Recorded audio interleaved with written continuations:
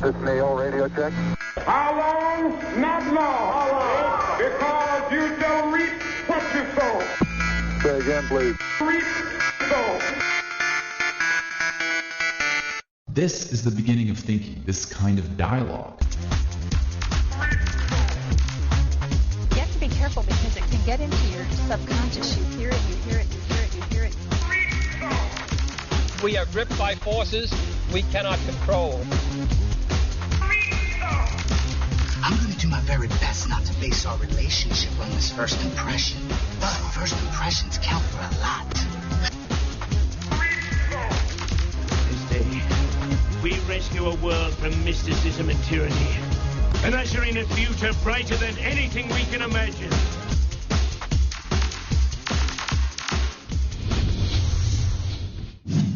Click once you go live. And you're listening to ReapSowRadio, and we're live now. Yeah. All right. Yay! And I had internet. How is everyone today? I hope you're doing well. I'm good. Doing Terry's super fan was in the chat a minute ago, but she left. Oh, she left. Yeah. That's sad. She popped in and she's like, probably nope. thought we weren't going to be on today. I psyched her out. So you listen to ReapSowRadio on ReapSowRadio.com, on GodlessRadio.net, and FreeThoughtRadio.com, and computers across the United States and Canada, and some parts of Europe, and some parts of Germany. Russia. Russia's not part of Europe, is it? No. I don't believe so. Are you trying to be me this week? I'm the one that's not supposed to understand geography. No, they're trying to be part of Europe, though, aren't they? Yeah, they're trying to make Europe part of them. Yeah. There, we're going to add Mr. Stefanelli again. 2 weeks in a row. 2 weeks in a row. What's going on? 2 weeks in a row. What's up with that? I have until I receive a phone call requesting my presence at my wife's job to pick her up from work. Oh, gotcha. Okay. We'll take it. We'll take it. So what's happening? Nothing. We were talking about Russia being part of Europe. Oh, well, okay. Yeah, I believe it is, geographically. Brian, you can shut up now. Is it? I think it is, and it is, isn't it, Asia too? Well, I think when it was the Soviet Union, I think there were parts of it because it's such a big, area. You've got parts of it that are part of the Arctic, and the people that live up there are closely related to the Inuits from Alaska, and then you've got the eastern portion of it, which has a lot of peoples that are very, very closely related to Asians, Chinese. Yeah.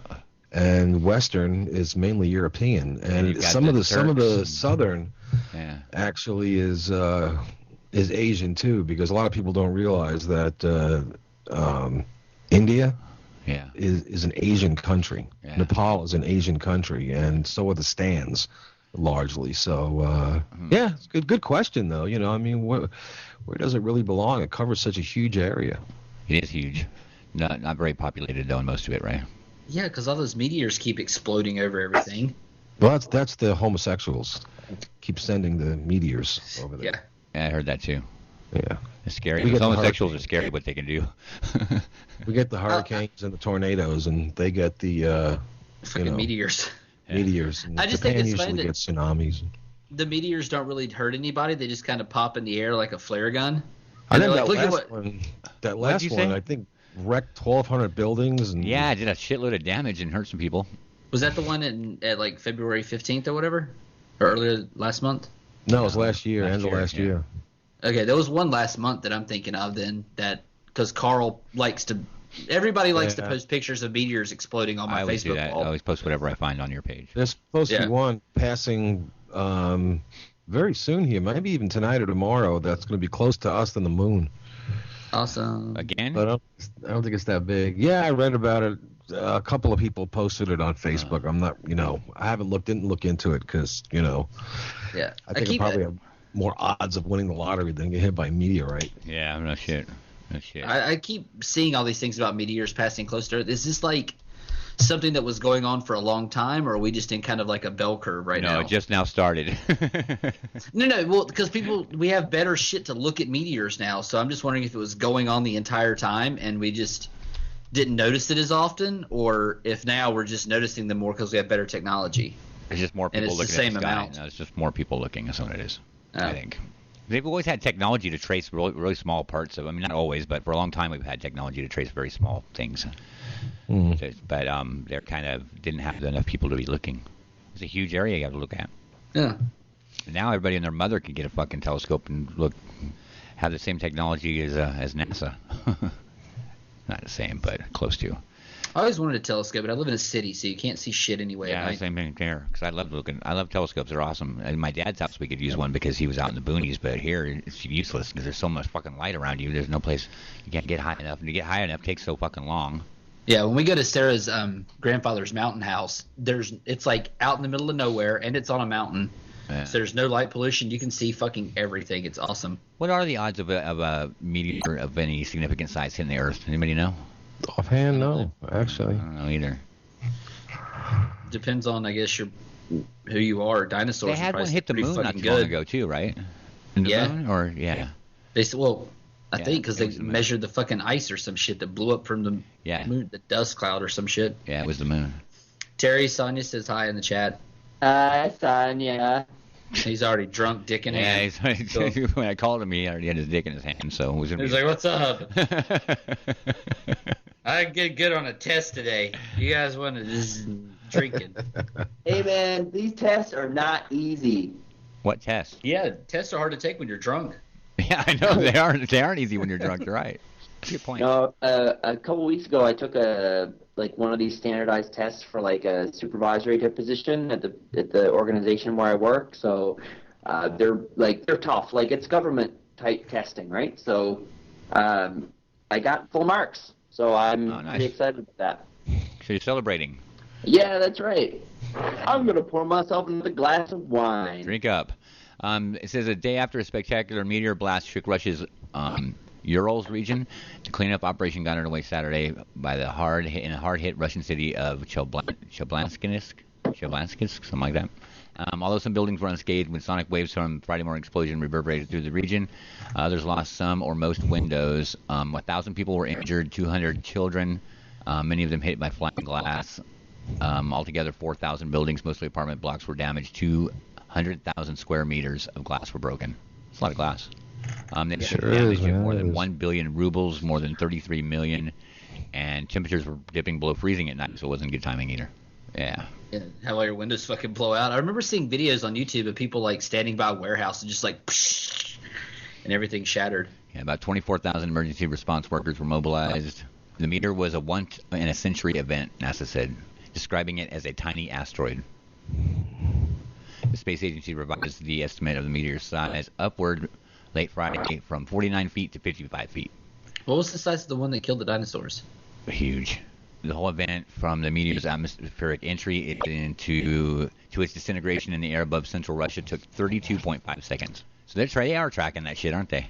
Huh. They're on top of that shit. The explosion occurred at 9:20 a.m. and 5 regions of Russia were affected. That's one thing that's awesome about all the car cameras in Russia is you get so many awesome videos. NASA said on its website the meteor was the largest reported since 1908 when the famous Tunguska event took place in remote Siberia.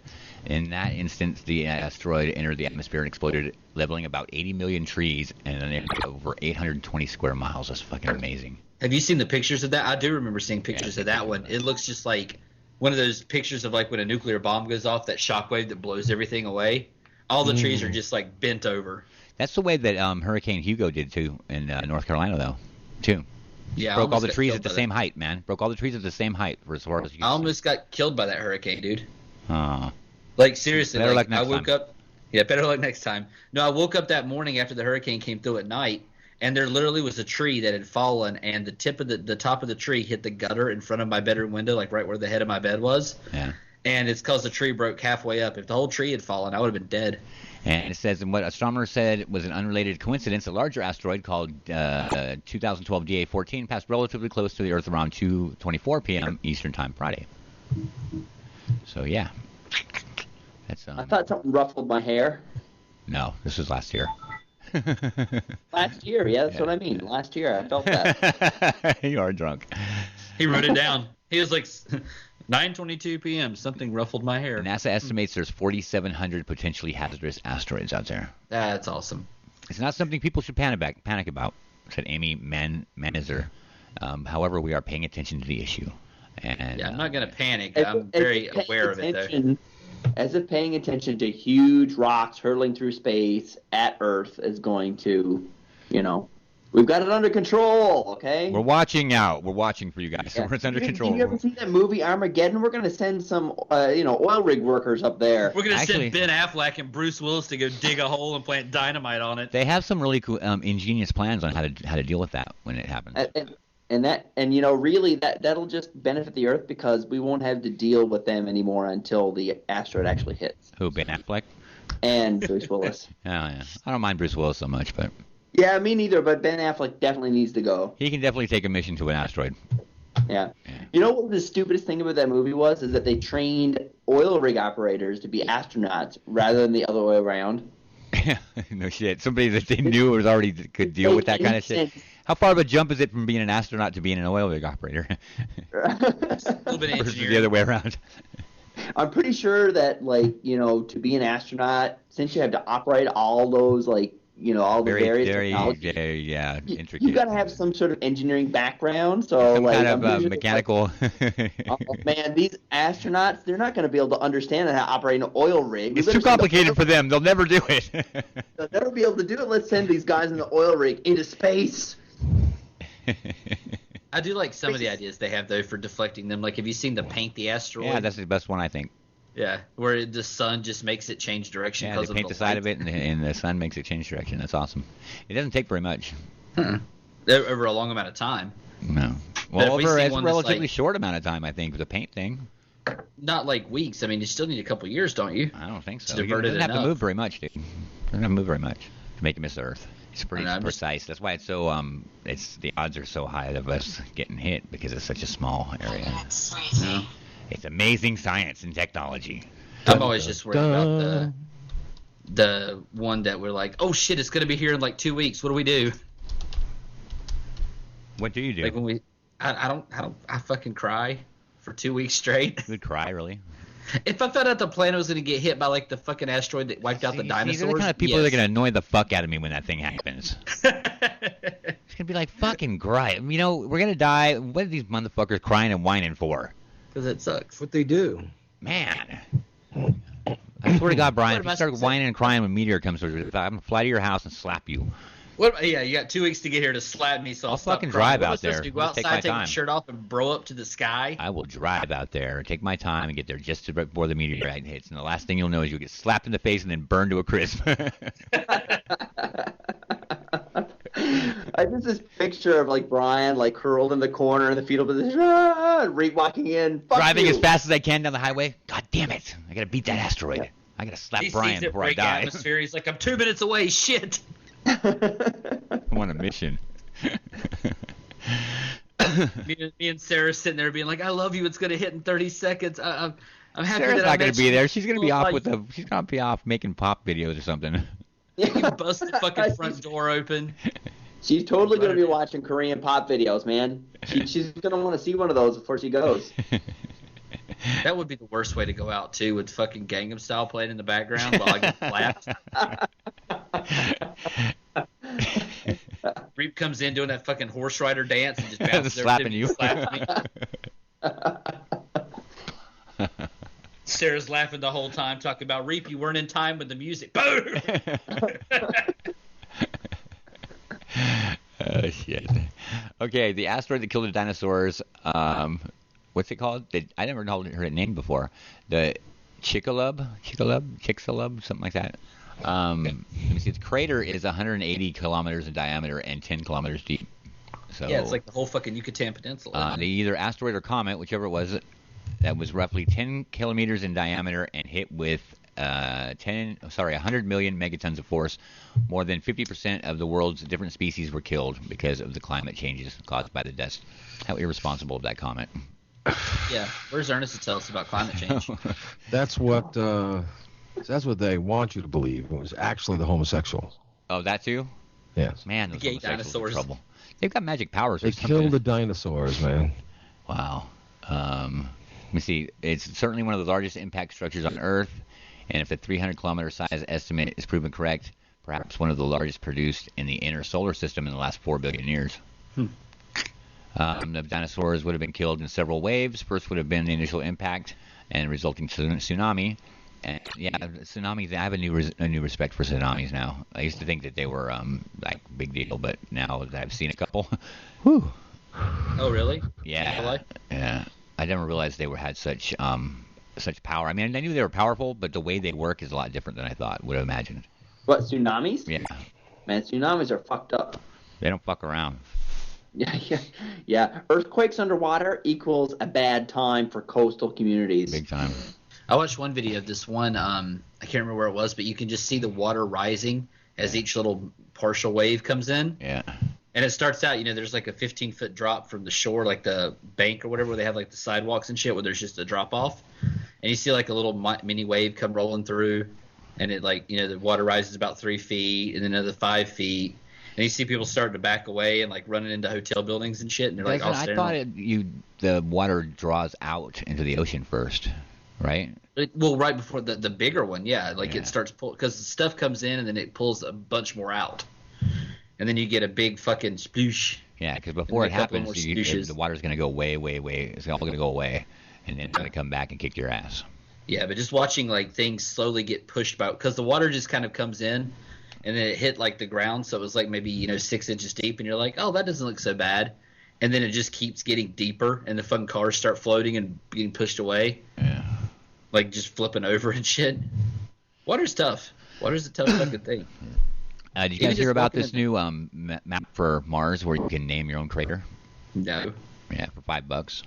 And can I actually go there and say this is my crater, or is it just a joke? No, you can't. It's a map that's not official. They've done this before, and then I guess NASA's pissed off about it. It's a non-profit called Mars One. Is that the one? Yeah. This is like the star naming people that are like, pick a star for $10, you can name it. Yeah, it's like that. And I'm like, they already know about it if I can see it. Yeah, it's like that. And they've got a map of something else they've done already. I don't remember what it is. Let me think. They want to land 4 astronauts on the Red Planet on a one-way mission in 2025. And to fund it, they're doing this name the crater thing. I've seen some people say that they would sign up. I don't know if I would sign up for a one-way mission to Mars. I know I wouldn't. Unless I was like 90. Yeah, I'll die there. It's fine. Yeah. Let me see. Mars One planned 2018 mission aims to launch a robotic lander and orbiter towards the Red Planet to demonstrate some of the technologies required for human missions. And further unmanned missions will blast off in 2020 and 2022 to help prepare for the arrival of people. And a fucking browser just fucked me in the ass. Yeah. Oh, there we go. Come on, you can do it. Man, Google Chrome just blows lately. I'm telling you. Totally give up on it. Yeah. Let me see what we got here. Oh, the chief purpose, motherfucker. The chief purpose of, what is it? Uwingu? Uwingu, which name means sky in Swahili, is to raise funds for space exploration, research, and education. The Mars Crater Naming Project would generate more than $10 million if people snap up all 500,000 craters. Prices start at $5 for the smallest and go up as the crater size increases.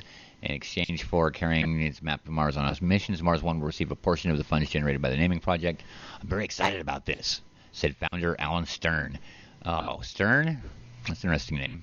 Isn't he in heavy metal on Mars? No, he has I can't remember.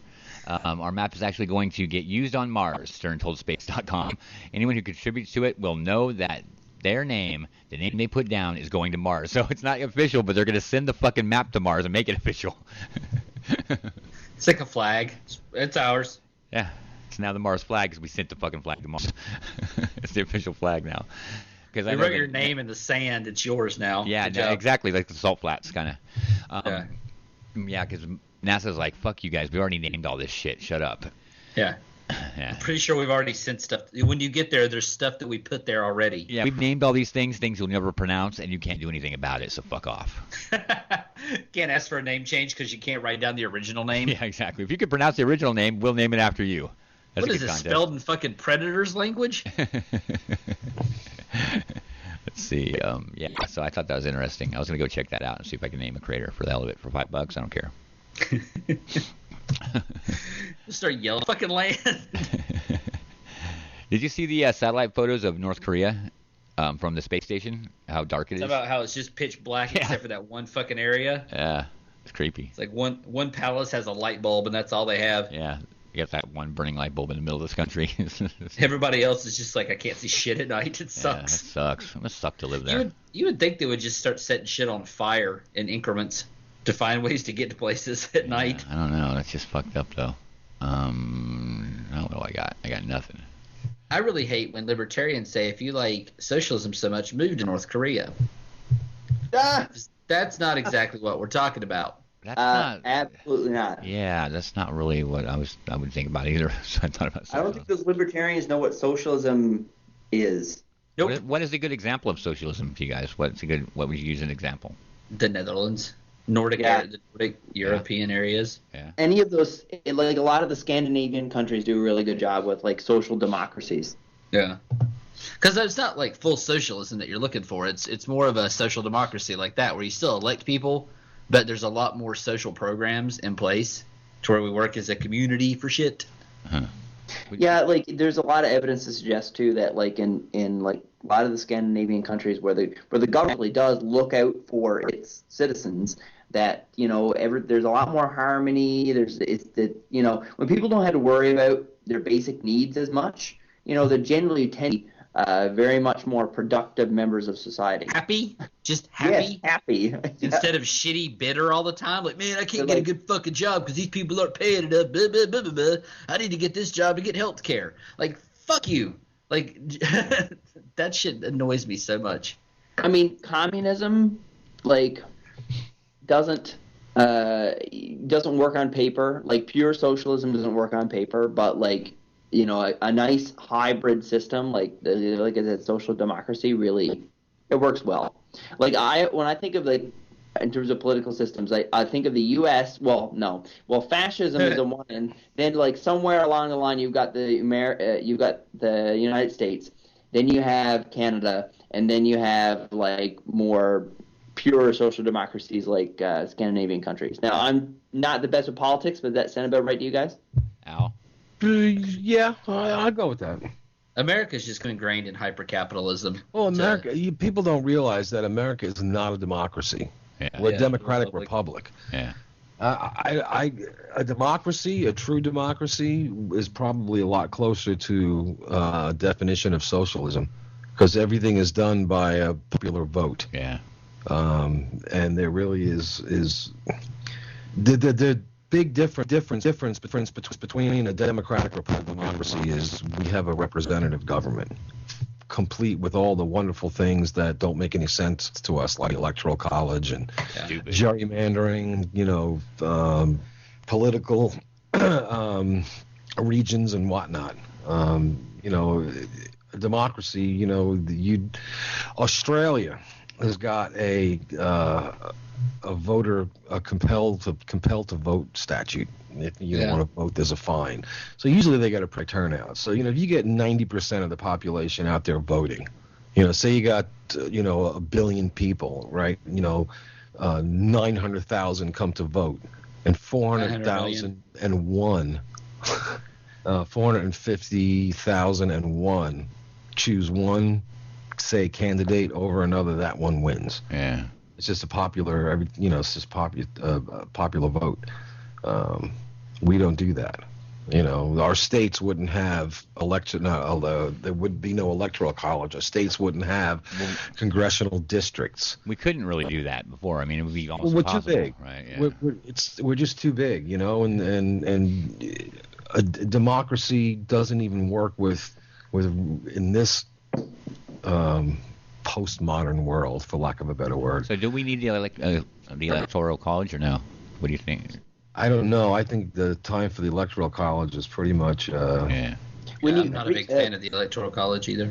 When you say post, there was a reason that they set the electoral college up, and that was mainly because getting the votes from the various parts of the country to be counted, they were done on horseback and stagecoaches, and there was a lot of robberies and a lot of corruption, and there was just really no good way to do that back then. Now, it's pointless now because we have technology and whatnot. That encrypted software could pretty much allow people to vote from home. Yeah. From their phone.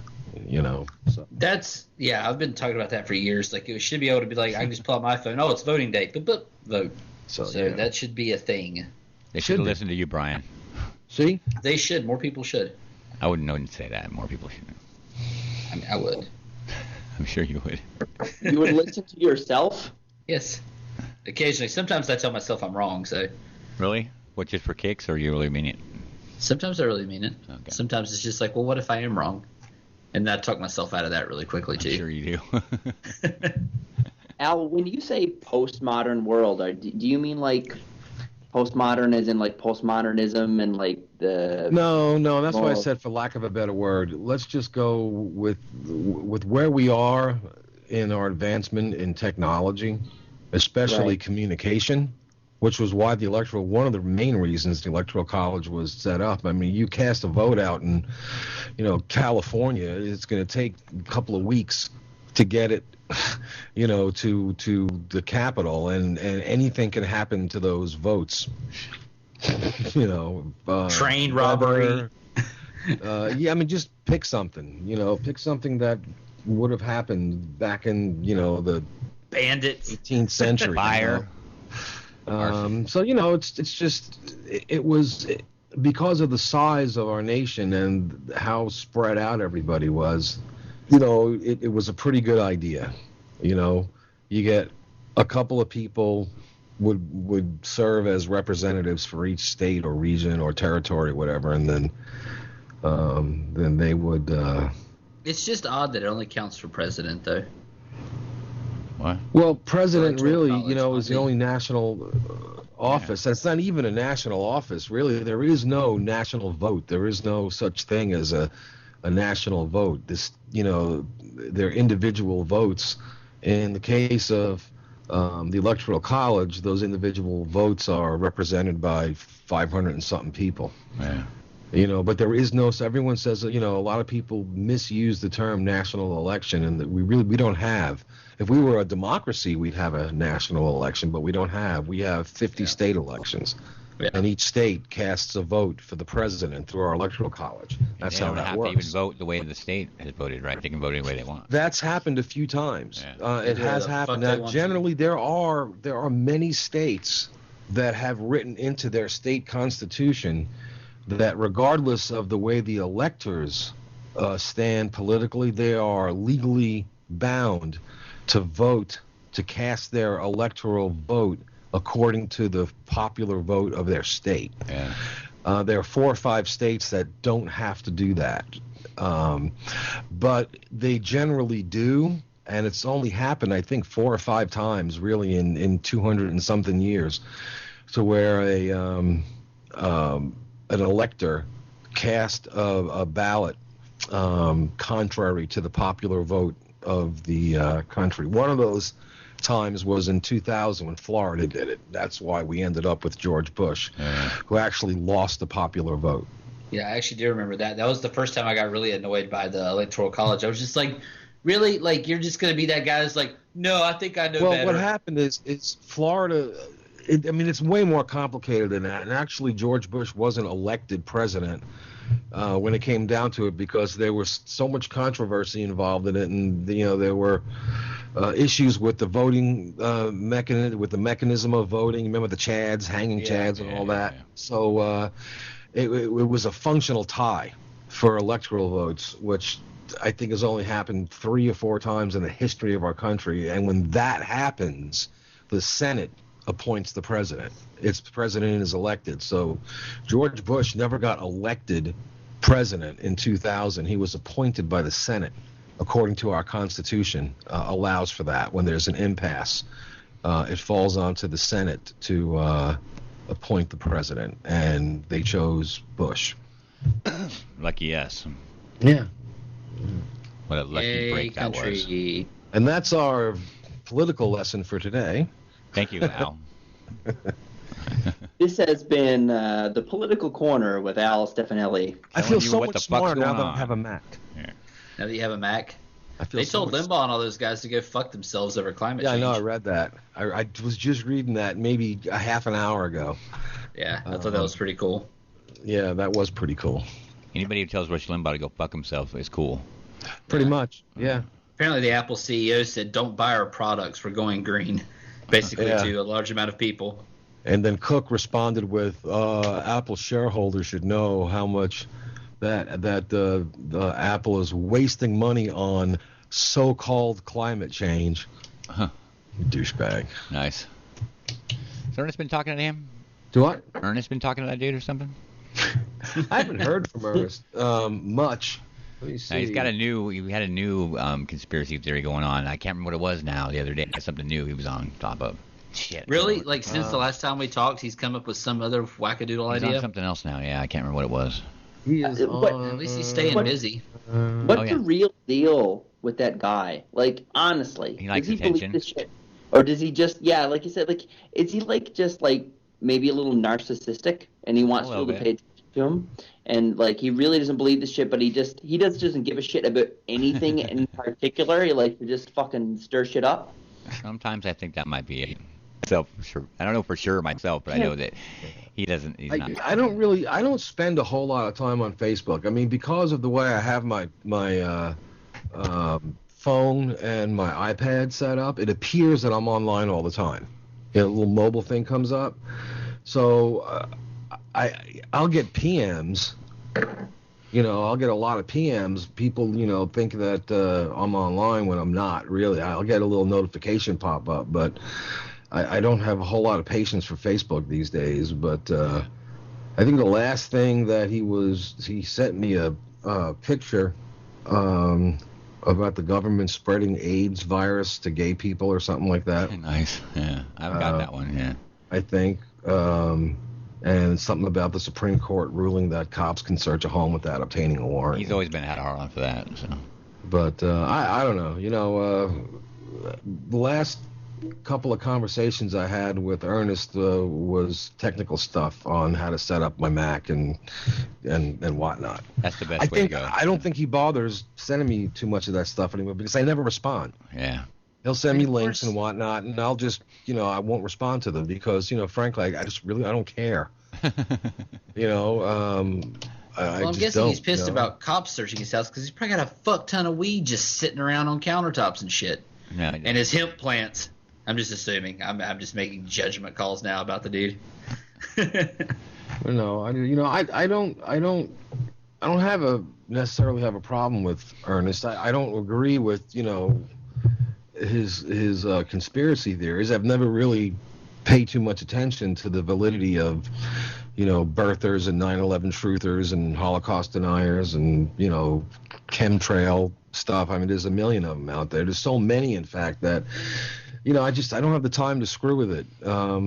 I've researched these things when they first come out, and I've made my decision as to whether they hold any cause for further investigation or they just get left behind. So, and mostly they get left behind.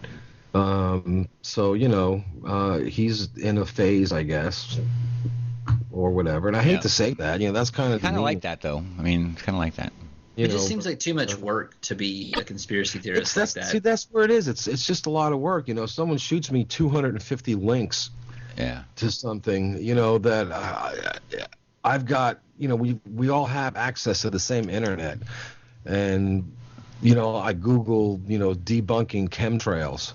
And I get information from like real science sites and weather sites and aircraft, how jet engines work and whatnot. But I think he's in a place right now where if you come back, and this isn't necessarily Ernest, this is people in general who subscribe to conspiracy theories. They're not bad people, but the thing is when you're convinced that 99% of the information available on the internet is bogus. Yeah. When you come back with hey, I looked into this and here's 5 or 6 websites that, from the National Academy of Science and NOAA and blah, blah, blah. The usual response to that is somewhere along the lines of, well, that's a government can website. They're all bought off, something like that. You know, so okay. They'll point so you to a YouTube video they found. But I just choose not to engage. That's all. But I think that what's interesting is that it's actually, I think, a little bit more difficult. It's more work and it's more difficult to be a skeptic than it is to be, say, a conspiracy theorist or just a non-skeptic. They say it takes 6 pages of truth to make up for 1 sentence of lie, something like that. Yeah, because, you think about it. If it was easier to be a skeptic, don't you think more people would be skeptics? It's much, much easier to understand the irrational and emotional arguments made by a lot of these well, the thing is that the conspiracy theorists, I see what you're saying with that, Terry, but the thing is that there's one conspiracy theorist that went through the 30,000 pages and websites trying to connect dots that don't exist, and then he gives an example of it to people that don't want to do the research on the other truth stuff, like the actual facts. But Brian, you're just asserting they went through 30,000 websites. Yeah. They went to one website that said that they went to 30,000 websites. They take claims on face value. These people are lazy. All they do, they don't search for, like Al said, debunking this stuff. They search for the truth about chemtrails. Well, obviously, they're searching for confirmation bias website where they're just going to they'll put in the search engine, hey, proving that chemtrails are true. And they'll search through those websites and find all their little accounts and things like that. That's what I mean by searching through 30,000 websites. They're looking for things to confirm their opinion already. And then they just tell a bunch of people that I've done this. That's where you were going with that. Well, they just say that they've looked at 30,000. Yeah, because they tell people, and then that person tell people where they were going with things. Well, I just disagree. I just disagree with the idea that it takes more work to be a conspiracy theorist. Because I don't think I said that. I said it's easy to be. No, I'm talking to Al. I was talking to Al. Well, it takes. See, that's the whole thing. I don't want to devote that much of my time to something that, if there are chemtrails out there, what the hell am I going to do about it? Yeah, really, that's my point. If I don't, and that's the whole thing. There are some things that are just so bizarre that they're not even worth addressing. Even if they were true, so what? Kind of. Some of the stuff though has implications that they need to be addressed. I don't give a shit about chemtrails. I could care less about stories about the government being able to burst into your home. Jerry Garcia and Bob Weir from the Grateful Dead had the best line in a song lyric ever when it comes to shit like that. If they got a warrant, I guess they're coming in. So I don't care about stuff like that. The stuff that bugs me is when it's directed at entire groups of people, like his comments or similar comments about the Jews and the Holocaust and all that. Sometimes I might take some time to post something about that or whatnot. But for the most part, really, it's as I don't deal with fundamentalists anymore. Debating fundies about the Bible or creation. I don't debate conspiracy theorists because the end result is pretty much the same, and it's pointless. Either they're going to get past it or they're going to turn into Alan West. But similar to your comments about like the more extreme examples, what he was saying, I don't know if you heard the episode he was on, but when he was started talking about how marijuana cures diseases. Yeah, that's what bothered me. Like that's fucked up. Like that is not like, I mean, he can get offline and message Reap or whomever or whatever and talk about, oh yeah, I really stirred up shit on that podcast. Yeah. But like to me it's fundamentally disturbing that someone, because there are people who would listen to this and would buy that shit. They would buy into it. They wouldn't look it up. They wouldn't look any further. In fact, I'd be willing to say that the majority of people who, the way they think, especially nowadays, they buy into whatever the media says. They hear that, and maybe not the majority of people listen to ReapSowRadio, but I think that, if anyone hears them, I just think it's fundamentally irresponsible. There's no purpose in it, really. There's no positive. Yeah, and there's no purpose in it for him if he's looking for attention, and he really could do some serious damage by saying things like that. you know, and to deny it, to say that he can say that. No one's going to believe that shit. There are people out there who will believe that shit. I mean, if there's people who will believe that there was a man who walked on water, there's people who believe that marijuana will cure cancer. Yeah, absolutely, yeah. He believes it, therefore there's people that believe it. Absolutely. And well, yeah, and that's one of the issues that I guess, you know, you have to decide whether or not it's going to be something that you're going to address on a regular basis or just not. You know, there's a lot that I guess should be countered, but after spending, you know, years and years and years doing the same thing with radical religious fundamentalists and really not making a difference, you know, you kind of just get immune to the whole thing. Yeah, okay, whatever. You deny this, you know, you deny that, you know, calling, you know, global warming, calling it an ice age or whatever. You know, it's just so much of it is I really don't even want to bother debating about it, because it's like sometimes it's like debating a fundamentalist, and I have friends of mine that are, you know, are very religious people, and there are just some things we don't discuss for obvious reasons. Yeah. You know, that nothing good will come out of it, you know, on a one-to-one basis. So, you know, I'll post a link, you know, but you post one link and then, you know, their response is to post 100. You know, you post a link from the, you know, the National Smithsonian or from the National Science Foundation, National Science and Education Foundation, or whatever it is, you know, about climate change, and then all of a sudden your feed is clogged with, you know, 50 or 60, you know, anti-global warming links and websites and comments. And they're never reputable either. They're always from, like, I don't believe in globalwarming.com. And that's not true. That's not true. A lot of times they are, but that's not always true. Well, that's what I get a lot of them. Like when people try to tell me about like NDEs, like near-death experiences, it's like believeinNDEs.com and shit like that. Where I'm just like, dude. There are some websites that are notoriously, you know, I mean, you got the obvious ones, you know, WorldNet Daily, One News Now, and The Blaze and whatnot. And when people start referring, linking to The Blaze as verification of their whatever they're putting forth, then I'm not, at that point, you know, why bother? Yeah. You know, when you're using Glenn Beck as a literary reference, sorry, there's not this time for conversation about that particular subject is over. Yeah. You know, but anyway, I got to run, guys. I hate to cut it so short. It's only been like 45 minutes, but my wife just called. No, that's cool. She's done with work.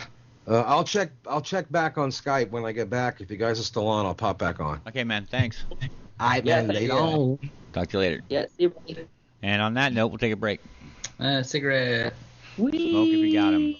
And I'll play a nice song. And you're listening to ReapSow Radio on ReapSowRadio.com and GodlessRadio.net. And thank you to my daughter for the beer, even though I bought it for her. I said thanks for the beer, even though I bought it for you. I can't wait to hang out with Reap and drink.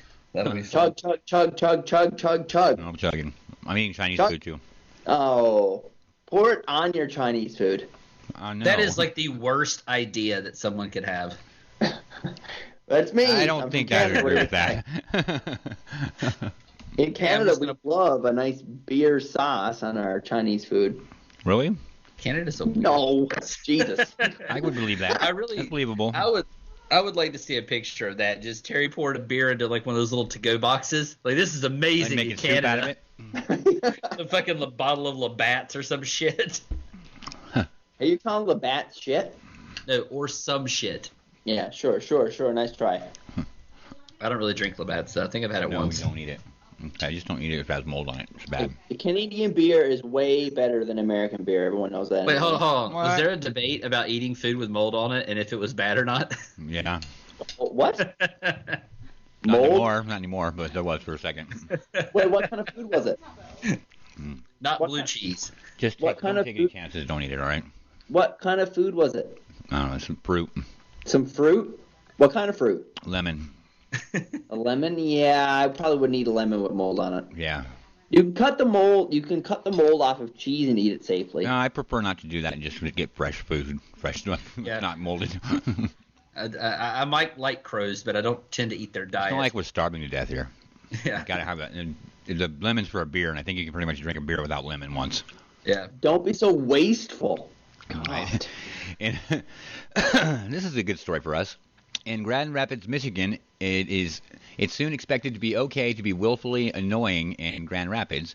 Grand Rapids Press reports that the city commission is nixing a 30-year-old section of the city code that states no person shall willfully annoy another person. Let's move there. Let's all fucking move there. City Attorney Catherine Mish recommended repealing the language, saying the wording is unconstitutional in terms of being vague and simply unenforceable. A final decision is expected on March 11th. Even with the change, related crimes such as obstructing someone in a public place or assault would still be on the books. Mish has been scouring the city code to find archaic rules. Last year, rules that got a look included one prohibiting people from riding horses on a sidewalk and another allowing jail time for failing to return a library book. So good for them, progressing. We still have laws like that in North Carolina. Like you can't leave your horse tied to a post for more than some amount of hours at town hall or some shit. Yeah. I always feel like those laws should just have an expiration date anyway. Like if not renewed by this year, it just goes away. That's funny. I saw a picture today. I'm not sure if it was true, though. I haven't really done any research talking about federally decriminalizing weed down to like a fine as opposed to a major fucking thing. Yeah, I heard about that. I'm not sure. I haven't looked into it too much, but that's kind of cool. They're moving towards that, I think. Yeah. In Florida, parents were arrested after abandoning 3 kids in the woods. A Florida couple was arrested after abandoning their 3 young children in the woods, authorities said. Michael and Sarah Butcher, both 30, were arrested Friday after illegally parking their red truck in a private RV park in Punta Gorda. Cops later found crystal meth in the car's glove compartment, along with a syringe and a burnt spoon, according to the arrest report. After the pair was taken to jail, where they repeatedly claimed to be brother and sister, the police received a call that 3 children were found walking in the woods, very dirty, hungry, and cold. They told police their parents were named Michael and Sarah. Busted. The children, ages 10, 8, and 6, had walked nearly 2 miles before they were found. They said their parents had driven them into a wooded area where they often went camping.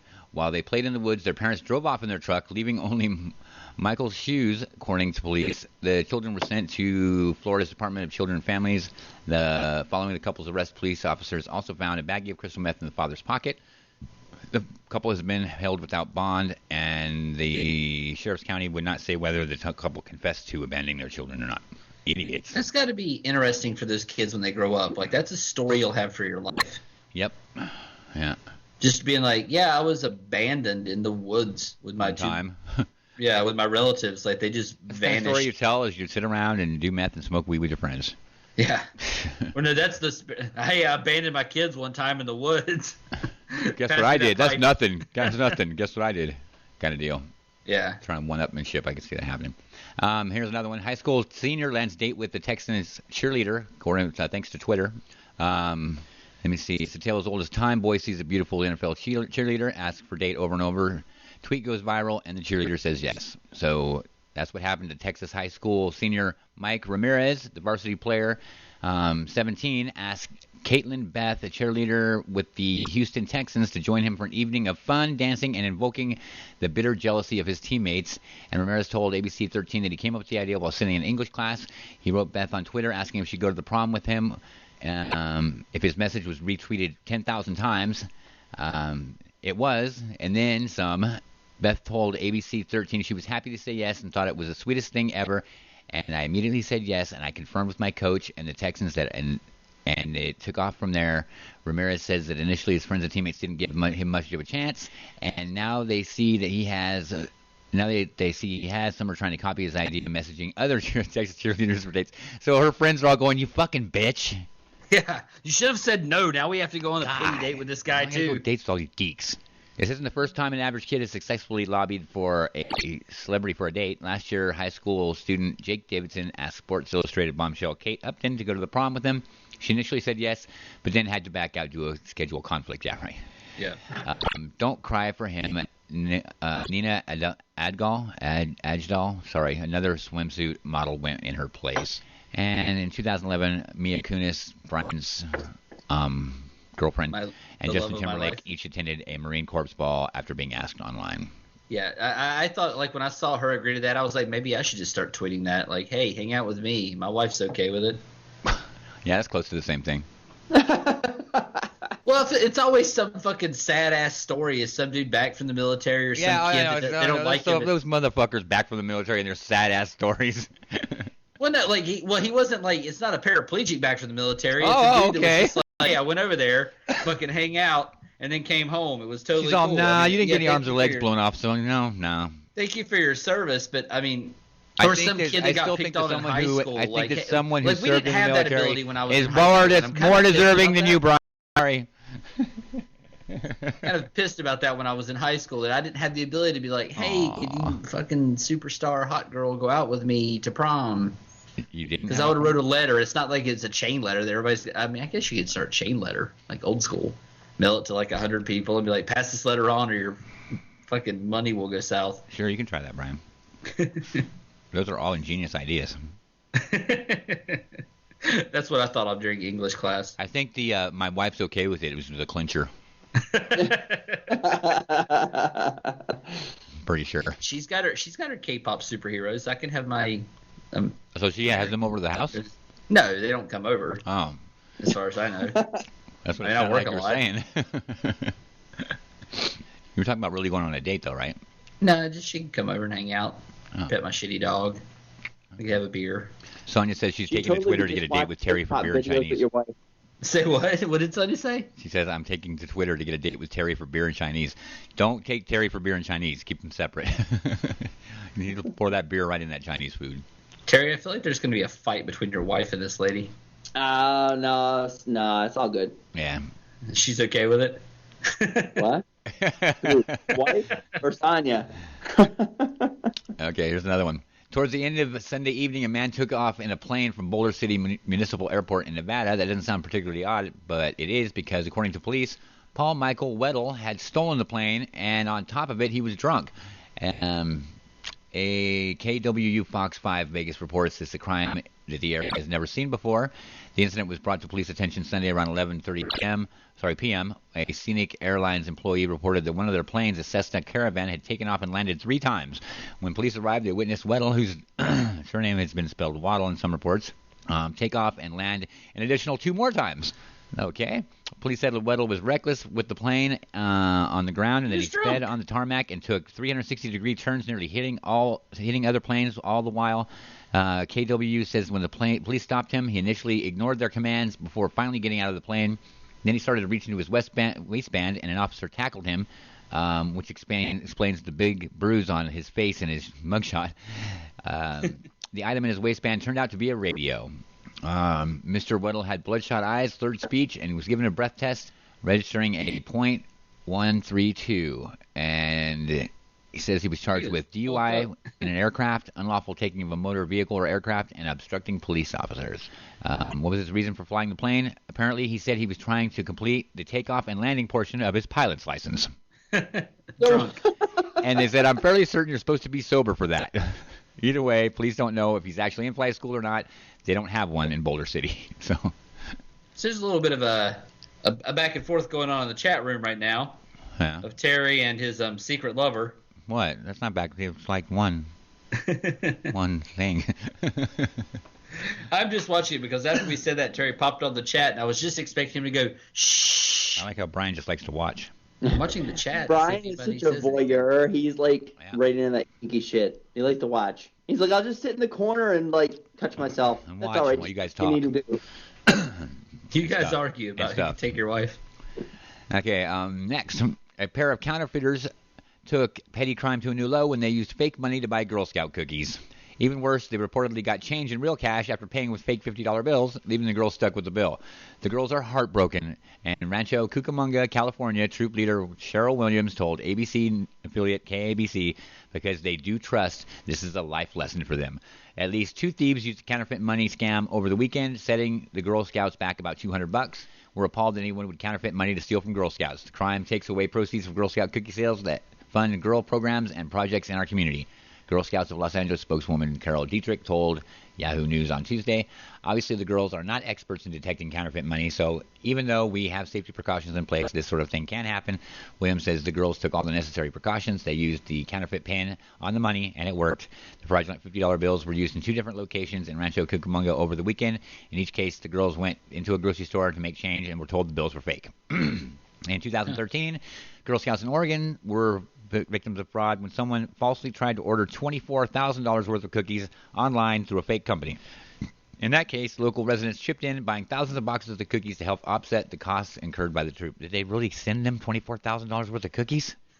I mean, fucking truck pulls up like beep, beep, red flag. I'd like to know what kind of douchebag tries to defraud the fucking Girl Scouts of America or Girl Guides of Canada. That's just fucked up. The same kind of douchebag that makes fake $50 bills because they know it's safe to exchange them that way. Yeah, I also saw a video this week of some fucking Girl Scouts that got some dude tried to steal a bunch of cookies or money or something from them, and then people chased him down and tackled him. Yeah, you don't want to do that kind of shit. Yeah, I'd be okay if someone stole cookies from Boy Scouts or something because their organization is still a little bit fucked up. They deserve it. Yeah, well, the Boy Scouts don't have good. They sell fucking popcorn and not that many popcorn like that, like Girl Scout cookies. Yeah, I wish. Although I have to say, my nephew is in Boy Scout or is in Scouts, and we bought this big can that had chocolate covered pretzels, white chocolate covered pretzels, chocolate covered popcorn and caramel popcorn, and man, that fucking shit is good. Are the Boy Scouts in Canada the same as the Boy Scouts in America, though, or are they 2 different organizations? I think the girl.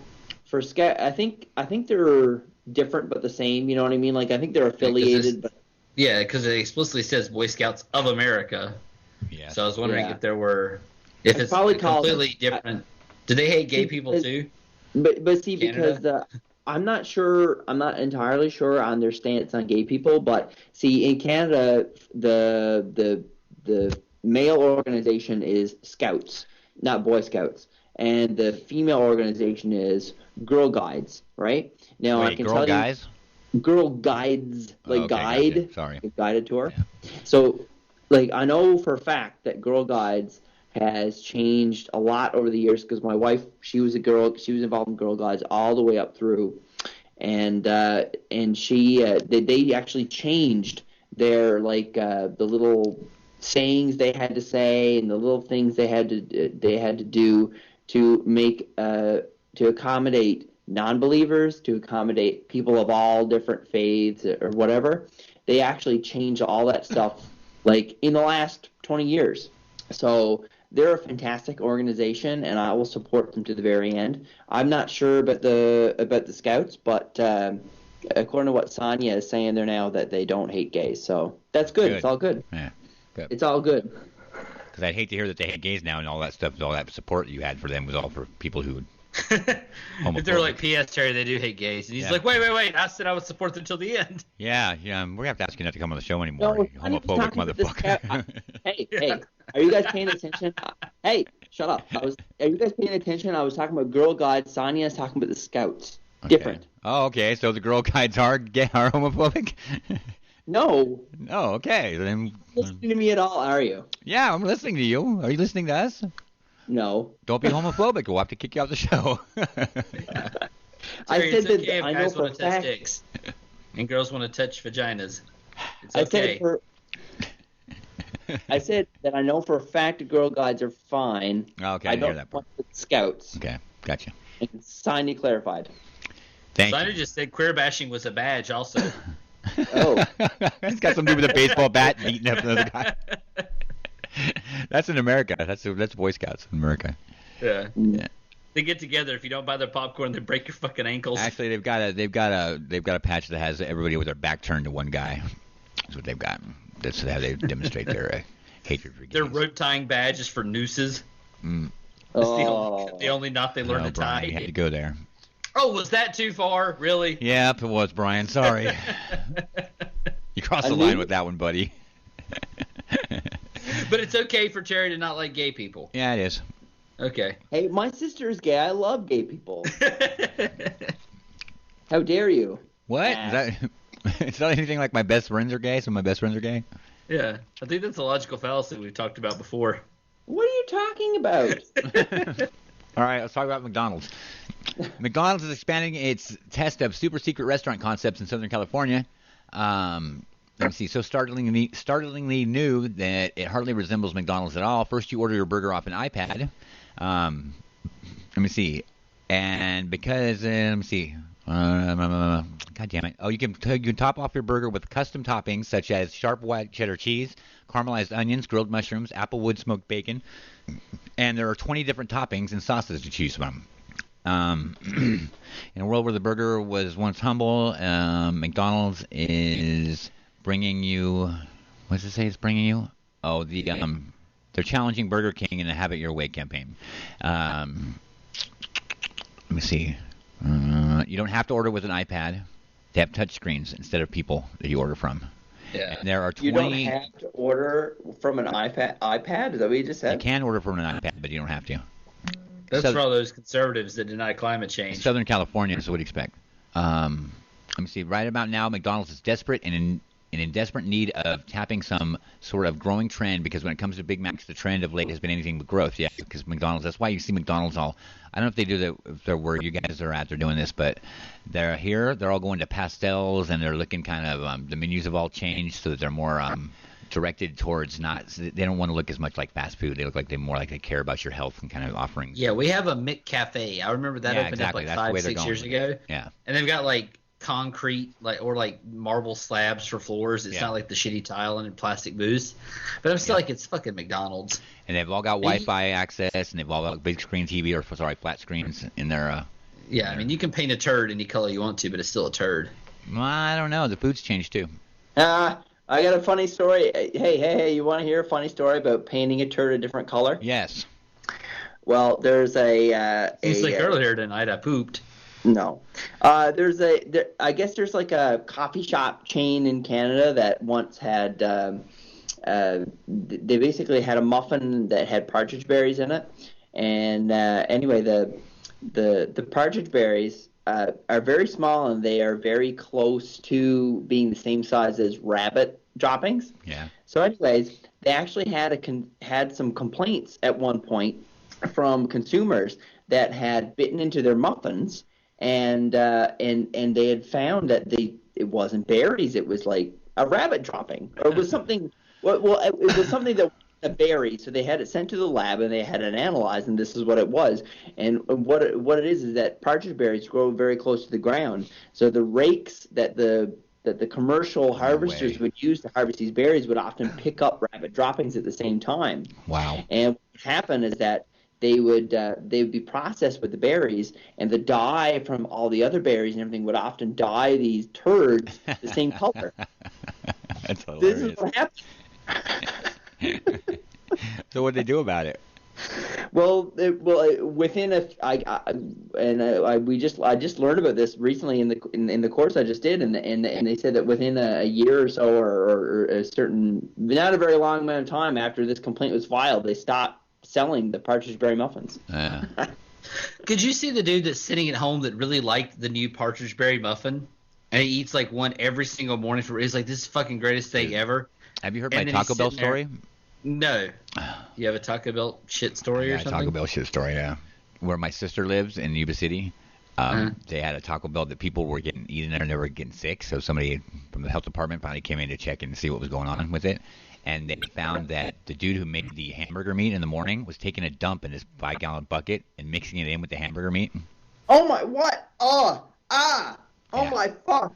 You gotta be kidding. I'm not kidding. And people say, hey, Brian, why don't you eat at fast food places? That's only one example. Example number one. Yeah. So they closed it down, but could you imagine if you went to that Taco Bell for lunch every day? Yeah, and then fucking, you're like, man, these things are great, and you're sitting at home, you're wrapping up the fucking wrapper, and you just throw it in the trash can, the news pops up. Yeah. Local Taco Bell found with human feces in all the meat. Exactly what they said. It's human feces in the hamburger meat. Yeah, I remember hearing about somebody that pissed in the fucking Pizza Hut butter, the garlic butter bucket. Oh. You know, like they brushed the crust with garlic butter or whatever. Like some dude apparently pissed on one. It's like that story of the dude that took a bath in the fucking McDonald's sink. That's not even close to the same thing. No, it's not close to the same thing, but it's the same thing like people fucking with your food. That's not fucking with your food, taking a bath in the sink. Kentucky Fried Chicken ships their coleslaw in big drums, 55-gallon drums, and when they get to the restaurants to be like put out, they have to open them up. Well, sometimes those 55-gallon drums, they have rings around the tops of the lids that hold them tight. They'll come loose, and flies will get in there. So I knew a guy that worked for Kentucky Fried Chicken. He said when them would come in, they'd have maggots like crawling through the coleslaw. They would tell them just to mix it up, mix them all in there, rather than throw it out. Reap, have a look at the chat right now. Okay. Why? There was the local dude who jizzed in KFC coleslaw, and then Terry laughed. Yeah, it's disturbing. Yeah. You know, it just blows my mind what some people will do, right? Like, you got to wonder what's wrong with them. Yeah. You know what we don't do at the restaurant I work at? We don't come on the food. We don't shit in the food. We don't do any of those nasty things. When I worked in fast food, it taught me not to eat at fast food restaurants, or just to eat there and not think about it. Yeah, I worked at McDonald's when I was 16, and I was like, nope. Yeah. You gotta wonder, right? The health inspector comes in and he says, I think you need a standard operating procedure for not shitting and coming in the food. Not taking a dump in the food, right? Those buckets are not toilets. He's like, he's checking fucking temperatures. He's like, well, these burgers are all at the right temperature. The biscuits, they're held properly. What is that guy doing over there? Is he jerking off? Oh, yeah, that's just Frank. He does that. He does that sometimes. He comes in every Thursday and jerks off in the coleslaw. That's just what he does. Nobody's complained about it. He comes in the coleslaw every Thursday. Yeah. We get the truck in Wednesday night. He comes in the morning, comes in all of it. Then we sell it. I'll tell you what. If I was a cop, I would never eat at a fast food restaurant ever. Ever. Especially not one where a bunch of kids work. Yeah, because they all hate cops. They do. It reminds me of that. You've seen Super Troopers, right? Like, can I get a large Coke? It's for a cop. Yeah. Why'd you tell him it's for a cop? I was just letting him know it's for a cop. Yeah. Yeah, because they used to come through the place where I worked for a while, and yeah. See, that is one thing I've never done. Like, I don't know if it's because I respect food or something like that. Like, I've seen people drop like a chicken wing on the floor, and they're like, "Yeah, just throw it back in the fryer." I'm like, "No, throw it in the trash can." 5-second rule. I love that. Yeah, it's a bullshit rule. I'm like, "No, throw it in the trash can." Yeah, if food touches the floor before it goes to the customer, you throw it in the fucking garbage. You don't even throw it in the garbage. You throw it in the waste because you don't even lose money on it. You keep track of it. Yeah, exactly. Yeah. Well, people would look at me like in the restaurant when I'd be like, "No, it touched the floor. That's gross." Or they'd be like, "Oh, we just peeled the top layer of this off because the top layer was moldy, but everything underneath is fine." I'm like, "No, like throw my it daughter and her lemons. Throw the whole fucking thing away." And they're like, "But we're gonna lose money." I'm like, "Then you shouldn't have made as much for it to go bad." But I'm not going to serve this. I'm glad to hear you say that, Brian, because as someone who works for a regulatory agency, it's you know, like the cost to the company or the business if there's like a foodborne illness outbreak or someone gets sick and there's a lawsuit is a lot more than one fucking chicken wing or whatever it is. Yeah, do you know? Right? Yeah, you know the ramifications of we gave 7 people salmonella, or a couple, and then you have died. The health department crawling up your ass with a flashlight, looking at every fucking thing that doesn't even matter. Like, hey, the dumpster doors are open. That's a point. That does matter. Fuck you, it's outside. No, that does matter. Oh, I know. Like fucking wildlife can come and hang out, but whenever the one annoying time I've had that is whenever like you are in a restaurant that's in a complex where like 4 or 5 places share the dumpster. Yeah, and some jackass leaves the door open. Yeah. And then the health department comes. I'm like, do I have to have like the fucking European armed guard out there standing beside the dumpster at all times to make sure some other jackass closes it? Yeah, you do. That the utensil directions in the containers is kind of a dumb one. My favorite was one time I worked with a guy who was a biochemist. Like he had a biochemistry degree. He understood how bacteria works. Mm-hmm. And the health inspector came in and said something about it was something about a fish. And he was like, "Yeah, but that won't grow on that." And the health inspector was like, "What are you talking about?" He was like, "I'm a fucking scientist. The thing that you're saying that could happen can't happen." Why was he working at the restaurant then? No, it was at when I worked in a grocery store. He was doing it part time. Oh, gotcha. Because he was in his masterate plan or whatever the fuck. He was still having to earn money before he got his degree. But he was like, the specific thing that you're saying would happen won't happen ever, ever, ever. And the guy was like, okay. And I was like, don't argue with the health inspector. Yeah, this guy's an idiot. Start doing other shit. Totally. Yeah, but it wasn't because he didn't. He was like, I didn't know that. He was like, I was just told that anything at this temperature or whatever has to be marked off. Yeah. And he was like, yeah, the thing that they're telling you is inaccurate. He was like, he goes, thank you for telling me that. Now let's go look at some of these other things that I'm sure are violations. Yeah. He's like, while we're doing that, I didn't see you wash your hands before you came over and told me to tell me about that. Exactly. Yeah. But you illustrate a good point here because as an inspector, like we're taught basically like, if you don't know, don't go. Or if you get out in the field and you see something, like you don't fucking blow smoke up people's asses. You know what I mean? Like you don't go around saying shit, assuming that they don't know what they're talking about. Because in restaurants and stuff, it's a little different. But if you go into a fish plant or a meat plant, like they're processing for further, like maybe that'll go to retail or whatever, like they often have to know the regular requirements better than you do. Yeah. You don't fucking try to lie to those people because they'll fucking skewer you pretty fucking quick. Yeah. And it could mean I've had some of those arguments. I've had arguments with health inspectors before where I'm just like, no, this isn't relevant. Like whenever the dumpster door was one of the ones that I actually brought up because it was for the entire complex. And we were on one end of the complex. The dumpster was on the opposite side of the building, which was a good football field and a half away. And they were like, well, the dumpster door's open. And I was like, that has nothing to do with anything here. I was like, all of our trash that we take over to the dumpster in our receptacle outside is tied and closed. So that dumpster is a public thing that anybody can throw shit. At least somebody can just drive up, throw their own trash in there and leave it open. You can't mark us off. He was like, well, that's a valid point.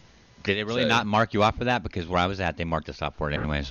He didn't mark us off because I proved it. Well, because it could be a community trash can because it's on the public side of the parking lot. If it's the law, it doesn't matter what you say. I mean, it's the law. It's got to be closed. No, but if you can prove that you have other control, like say where the dumpster is, there's another set of doors. Like the door is open, but there's another set of doors before it gets to your kitchen, right? Like, well, yeah, because we have a cart that we would put our trash bags in, and all those bags were tied.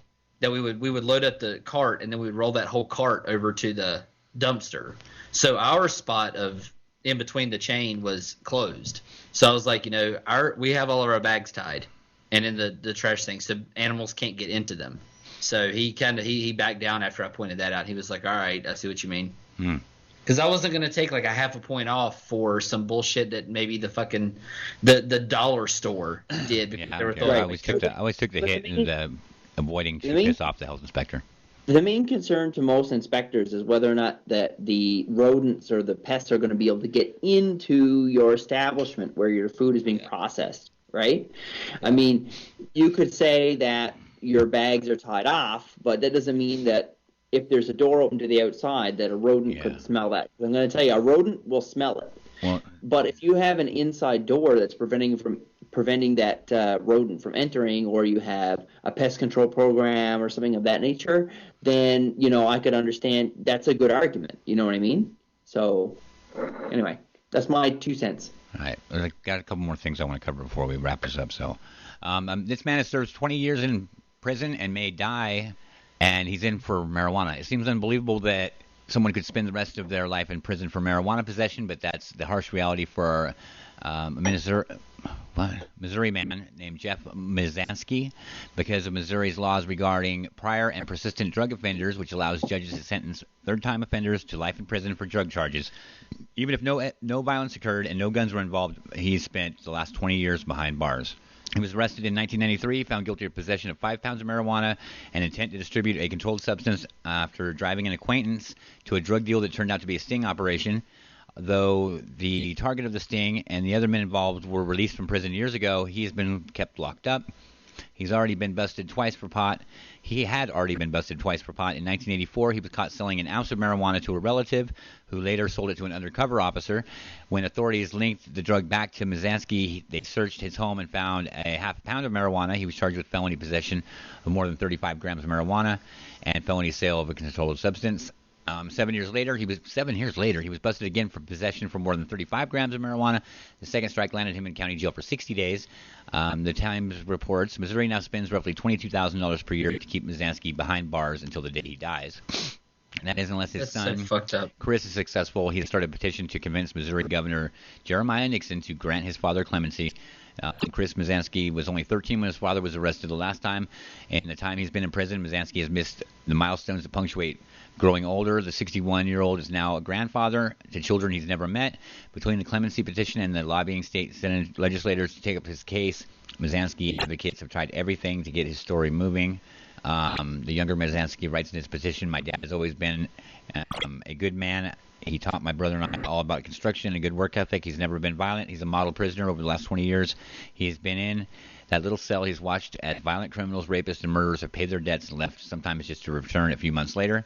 Mizanskey's petition comes as states throughout the country are considering legalizing marijuana. Medicinal pot is already legal in 20 states and the District of Columbia. And Colorado and Washington legalized pot last year, with Oregon and Alaska posed to follow. Some 14 states are considering medical marijuana laws, according to the Marijuana Policy Project, while 12 states are debating decriminalizing the drug. Statistics show that an acceptance of marijuana, 55% of Americans supporting legalizing marijuana, according to the an NBC News Wall Street Journal poll. Attorney Tony Nenninger remembers the first time he met with the younger Mizanskey. The two crossed paths during a meeting of pro-legalization group called the Show Me Cannabis. Chris said, "I'm here because my dad is doing life in prison for pot. I could hardly believe it stuck with me." Following the months of research on marijuana laws, Nenninger decided to help Mizanskey with the clemency plea. The document explains the elder Mizanskey's history of nonviolent marijuana-related offenses and details his final run-in with the law. Mizanskey has never served time in state prison until this last bust and has never been convicted of a violent crime. His prior marijuana convictions didn't have any aggravating factors, and he unsuccessfully appealed his conviction in 1995, 1997, and 2011. That's fucking sad as fuck. Yeah, that sucks. I hate hearing those stories, dude, because that dude his entire life is wasted behind bars when he sold some fucking weed. Well, as of 2012, there were 3,278 people serving life sentences for nonviolent drug and property crimes in federal prison, according to the data released by the Bureau of Prisons and State Departments of Corrections. Did he sell it, or was it just possession? Selling it. He was possession and selling. Nearly 75% of those prisoners are serving for nonviolent drug crimes, and that's just a fucking load of shit. And a lot of times, if you have over a certain quantity, they consider it for grams. Distribution as well. 35 so even if you just, if you're a Costco shopper for weed, they will say you're trying to distribute it. If more than 35 grams, buy like a quarter pound. There's more than 35 grams where he was at. So. It's horrible. I did hear that they were releasing in Colorado. I think all the people arrested for weed, though. To me, the money and time and the destruction of someone's life that goes into all of those convictions is just as devastating as someone being put in prison falsely accused of murder or rape or something like that. But isn't a lot of this? I mean, I could be wrong, but doesn't a lot of this stem from the for-profit prison model? No, it's a drug. It's a war on drugs, man. The war on drugs. Well, but it's also our prison system is for-profit, correct? What? It's not a government like the prisons are privatized, aren't they? I don't think so. In Missouri, I don't know. Are they? I thought prisons, a lot of them weren't federally funded as much as they were private funded prisons as well. I could be completely wrong though. That's just something I've read, so it could be completely wrong. But I seriously doubt if that's the reason. Is people have a hard on for fucking people who do drugs, and the war on drugs is the reason for this shit. Yeah, it's because people think that. I mean, you can't deny that certain drugs, yes, they have the potential to destroy lives, but drugs on their own don't destroy lives. And the bottom line is, you know what absolutely does destroy someone's life? Going to prison. Yes. No doubt about that. Yeah, no debate on that one. Yeah. So, I mean, if you're assaulting people, if you're murdering people, if you're raping people, throw those fuckers in prison. See if we can rehabilitate them. If you're smoking or selling drugs that probably should be decriminalized anyway, you're wasting people's lives, people's money. You're really just fucking the goddamn duck on the whole. That just pisses me off. The Missouri Department of Corrections is a state agency of Missouri that operates state prisons. Okay. So there you go. At some point in time, I read somewhere that prisons were paid for privately, but they got subsidized by the government or something like that. Some places. Yeah. Because that's what I always see those arguments, like, privatized prison. Even if that's the case, that doesn't mean they're not regulated. Well, yeah, they're still regulated, but it's still their benefit to have people coming in to pull more based on their occupancy. They're not the ones telling the judges to what. Oh, no, I'm not saying that either. Well, what are you saying? That it's just odd that we're on drugs, privatized prison system, things like that seem to. You're keeping someone for selling weed. Like conspiracy theory in to prison. Me. Sounds like a conspiracy theory. That is true, and that's why I'm saying I'm not sure about all of this. Because it sounds like that if you have, a criminal that's in trouble for violent crimes in jail for 5 years or 10 years, and then you have somebody that just sold some weed for 20 years or life, or some shit like that, there seems like a fuck up in a system somewhere. Yeah, it seems like you think that the judicial system is corrupt, not the prison system. That's probably more accurate, yes. I mean, if it was a case of he's in jail and he keeps getting busted for getting in fights with other or breaking the laws or the rules inside prison and getting more time, that'd be different. Yeah, I do have a problem with the judicial system because I don't think it's fair on those levels. What levels? Like violent crimes, a lot of times are like, well, he owned a dog fighting ring and he was killing animals and stuff like that, and he didn't even have to serve time. He just did some community service, and it's totally okay. That guy got high at his house by himself 20 years. Yeah. It just seems a little bit unfair. And like you said, it's that war on drugs bullshit. And the fact is, the same percentage of people are using drugs as they did when the war on drugs started. Yeah. Yeah.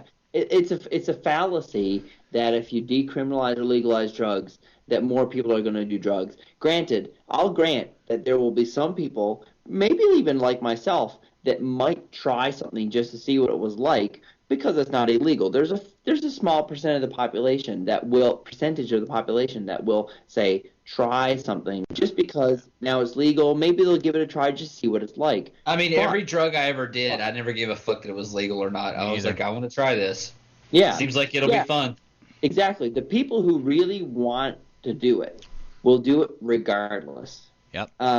It wasn't even I really wanted to do it. I was just like, fuck it, it's Friday. So you really wanted to do it on Friday? Well, I was like, I don't have anything to do tomorrow because tomorrow's Saturday. I was like, I'm not going to fuck up trying to – like I knew people in school that would try to take acid and go to school, and I'm like, you're dumb as dicks. What's wrong with you? Like you're obviously going to be retarded at school. Hey, I did that before. But, well, you were probably crazy at school, too. Just walking around like, why the shit is everything melting? I got in a fight with a dude who was the Golden Gloves champion of the state of California when I was probably on acid one time. Why does that not seem like a bad idea? Like, that's why I was like, Friday night, I don't have anything to do on Saturday. You're like, let's go pick a fight with Golden Gloves champion. I got my ass kicked, too. But I didn't ever go down. I never went down, so there's that. How did you not get – what did you do? Just stand there and get beat the fuck up? I kept getting up. He was yelling at me to stay the fuck down. I got my ass kicked, though. Was that just like you being defiant? Like he's like, dude, I don't want to beat the shit out of you anymore. Stay down. You're like, nope, not gonna do it. That's awesome. Good times. I'm so glad those days are gone. Sonny just told you to drop X and then fucking go to work with glow sticks, Terry. What? I don't know. Fucking do some ecstasy. It's a fun drug. That's probably one of the only drugs I never have any regrets about ever doing. Whoa. Ecstasy's fucking amazing. Hey, don't. Hey, you can't really say that you're pro drugs and tell people to use drugs. That's socially irresponsible. Ecstasy was cool. Oh man. I say. When you're an adult and you can handle it, I'm not saying 12-year-olds do it, but if you're in a fucking controlled situation, you're at your home, and you know what I say? I say nothing as taboo. Make sure whatever decision you make, if you think there could be a risk, discuss it with an adult, be it your parent or a guidance counselor, and make sure that you understand the risks before you do it.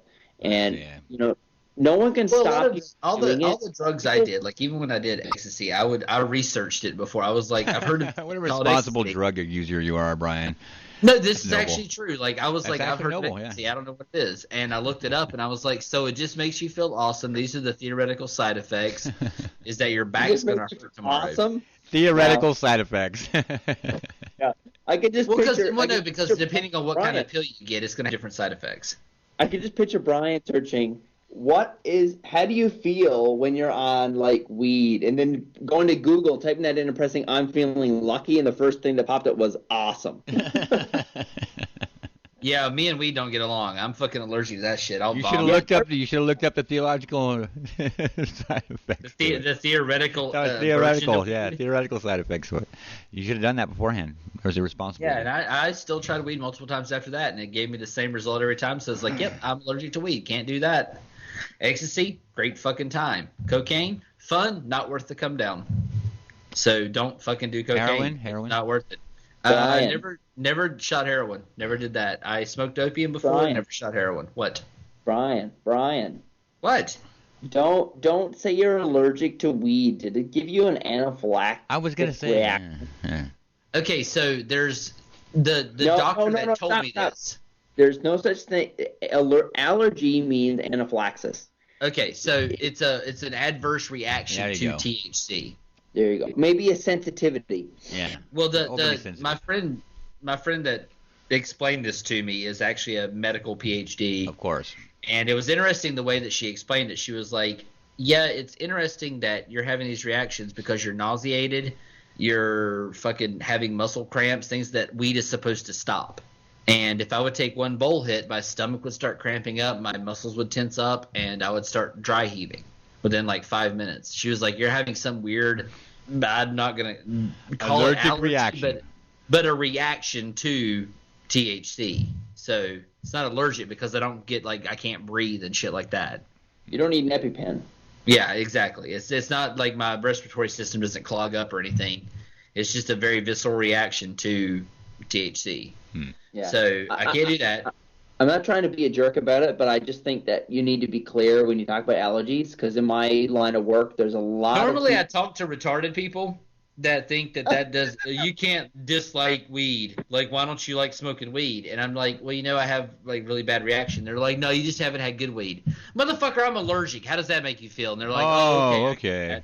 That sucks, yeah, man. like it's kind of talking – and they go, oh, that sucks. And I'm like, not really. I just don't smoke weed. Yeah. It's like, oh, it sucks you're allergic to peanut butter. No, I just don't eat peanut butter. Yeah, I just don't get to eat peanut butter. I mean, it smells nice, but I can't really eat it, and I'm fine with that. Can't people get a reaction from just the smell? People who are allergic to peanuts? So you can touch peanut butter, and it'll fuck them up. Yeah, that's weird. Trust me, Terry, I understand your anger at allergies and or stating false allergy. Because somebody will be like, hey, I'm allergic to bell pepper. Or no, they'll say I'm allergic to onions.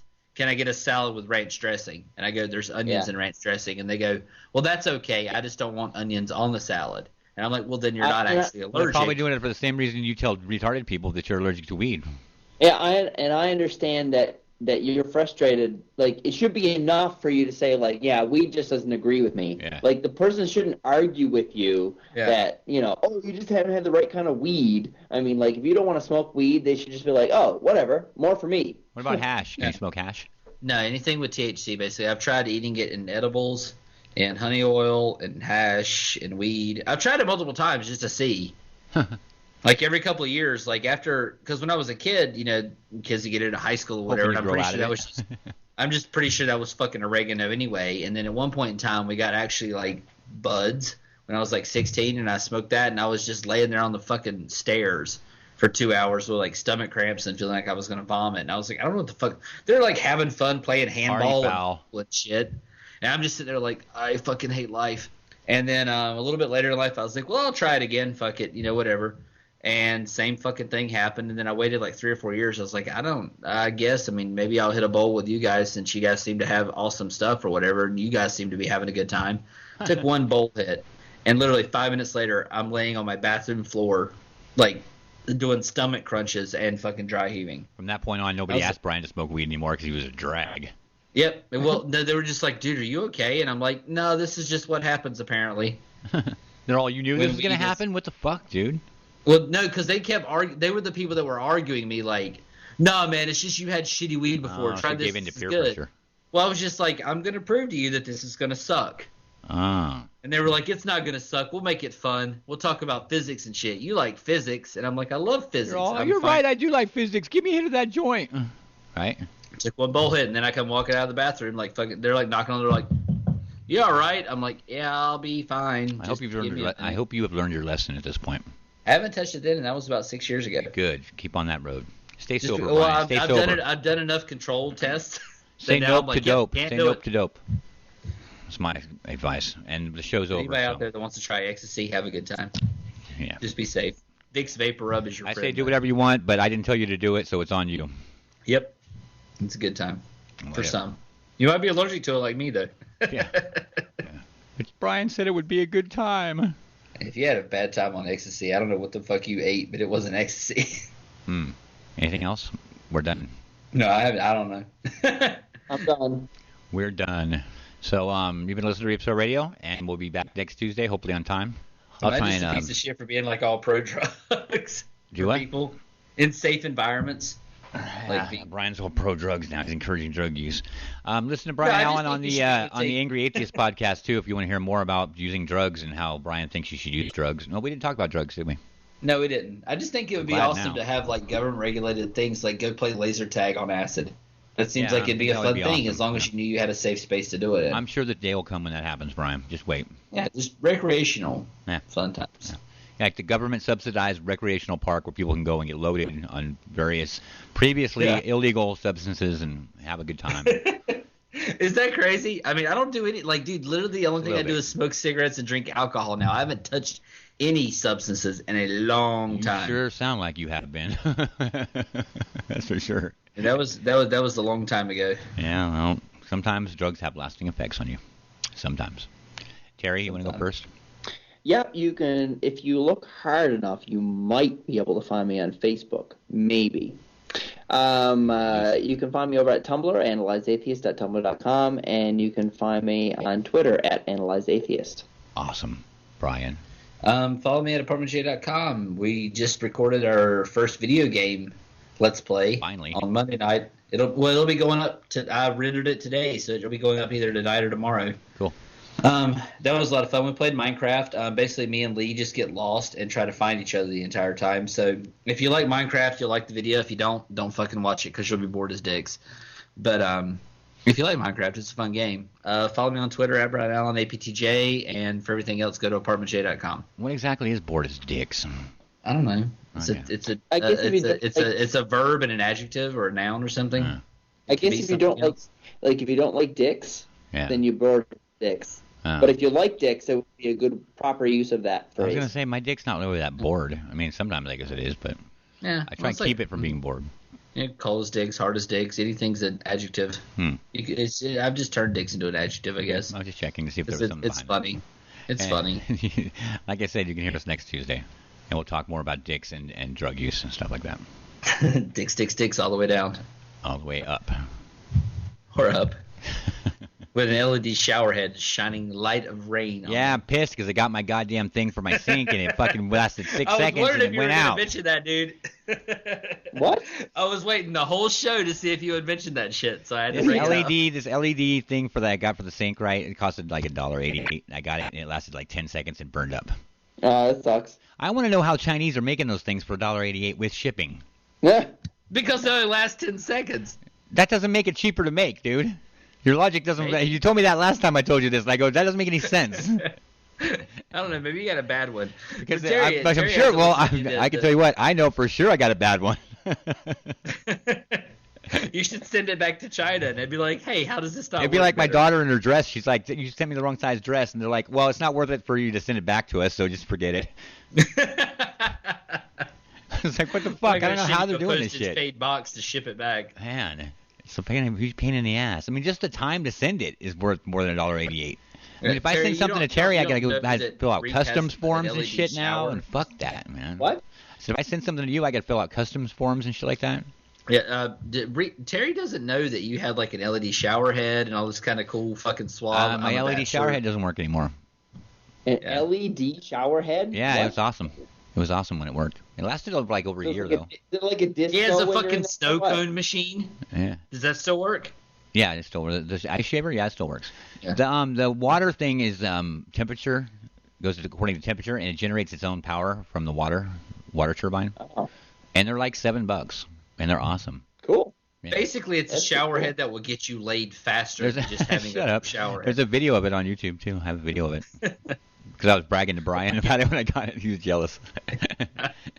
He was like, just check this shit out. It changes colors and shit. And I'm like, that's got to be like one of those things where after you've already had sex, you're like, hey, and my shower works too, and it does cool stuff. And you she's don't like, even have to turn the lights on. It was awesome. And now it doesn't work. It's got to be fucking up your sex life. Shut up. All right, we'll see you next Tuesday. Here's some Linkin Park. I got cut out later because of the fucking YouTube shit.